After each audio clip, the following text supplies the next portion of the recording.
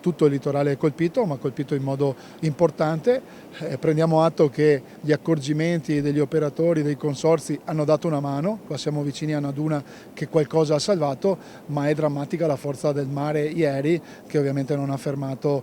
tutte queste insidie che oggi portano dei danni rilevanti. Abbiamo tutti gli operatori, abbiamo fuori i vigili del fuoco, abbiamo le amministrazioni che sono sul pezzo, però questo è il momento della conta dei danni. Eviterei sterili polemiche per ragionare in termini concreti su infrastrutture da compiere e da portare, tanto più che oggi in queste settimane siamo alla legge di stabilità al governo, quindi eviterei passerelle inutili dei politici, ma metterei nero su bianco quelli che sono gli interventi da fare, non per ripinguare, per rincorrere l'emergenza, ma per anticiparla con appunto interventi che diventino strutturali e che abbiano effetti per far sì che non si ripercuota, ma soprattutto non si ripeta questo scempio che va a deturpare il lavoro delle migliaia di operatori che qua tutti i giorni insomma operano per la prima azienda in Veneto, il turismo. La situazione purtroppo è molto grave, fin dalle prime ore del mattino sono costantemente in contatto con tutte le delegazioni della costa. Gli effetti di questa eccezionale ondata di marea si sono abbattuti pesantemente su tutta la costa veneta. Direi che ad una prima stima dei danni ben oltre quelli che sono stati gli effetti di Vaia di un anno fa. Purtroppo siamo qui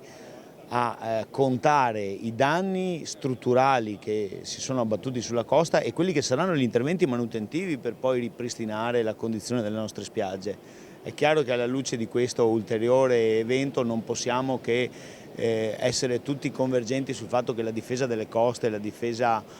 delle risorse ambientali non possono e non devono essere un problema di una unica località o di una unica associazione, ma che tutti quanti i player devono fare squadra e bisogna creare una grande cabina di regia per dare le risposte concrete a questo problema che attanaglia la nostra economia.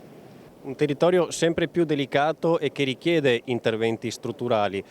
Cosa si può fare nel breve, nel medio e nel lungo periodo? Ma gli interventi sono tanti, è ovvio che ogni anno noi rincorriamo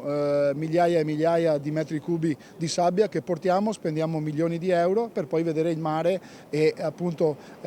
questi mutamenti climatici che poi vanno a portare via tutte queste risorse che vengono impegnate. È ovvio che ci vogliono soluzioni infrastrutturali, quello dei pennelli ha dato dei risultati, ci possono essere altre iniziative, certo è che bisogna mettere mano ai portafogli e come dicevo in queste settimane c'è la legge di stabilità al Senato e quindi come abbiamo la criticità di Venezia che conosciamo tutti, abbiamo anche una grande criticità che non deve essere sottovalutata che è quella del litorale. Qua si crea ricchezza, occupazione e quindi non può essere sottaciuto questo tipo di intervento che ancora una volta appunto si ripercuote sui nostri operatori.